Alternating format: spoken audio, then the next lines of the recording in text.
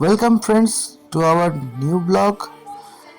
আজকে আমরা যাচ্ছি আমার গাড়িটাকে পুজো দিতে। তোমরা তো জানোই আমি নতুন গাড়ি নিয়েছি, তো সেই গাড়িটাকে পুজো দেওয়ার জন্য মা বল্লার কাছে যাচ্ছিলাম। তো এই যে আমরা রাস্তাতে যাচ্ছি, এখন কিছুক্ষণের মধ্যে মা বল্লার কাছে পৌঁছে যাব।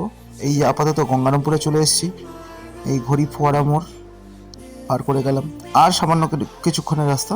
এই যে আমরা বল্লা মায়ের মোড়ের গেটের এখানে চলে এসেছি। চলে এবার মন্দিরের কাছে চলে এসেছি। মন্দিরের এখানে সমস্ত কিছু নিয়ে থালা সাজানোর জন্য বলে দিয়েছি।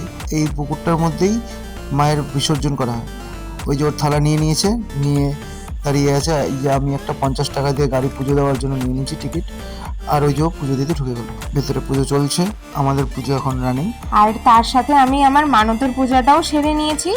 ওর অ্যাক্সিডেন্টের সময় আমি মা বল্লার কাছে মানত করেছিলাম যে সুস্থ হলে আমি ওকে নিয়ে গিয়ে মায়ের ওখানে পূজা দিব।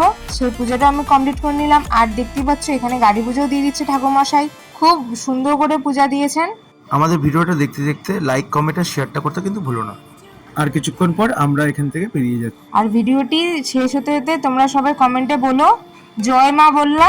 আর কে কোথা থেকে দেখছো অবশ্যই জানাবে। যাওয়ার সময় কিছু ফটো ক্লিপ, এগুলো আমার বাইকের পুজো দিয়েছি দুই জায়গাতে।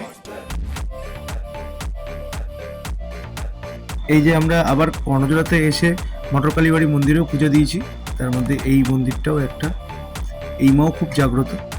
আরে বন্ধুরা, তোমরা কি করছো এখনো পর্যন্ত? সাবস্ক্রাইবটা করে দাও, আর বেল আইকনটা কিন্তু ক্লিক করতে একদম ভুলো না, কারণ নতুন নতুন ভিডিও আসছে। Thanks for watching.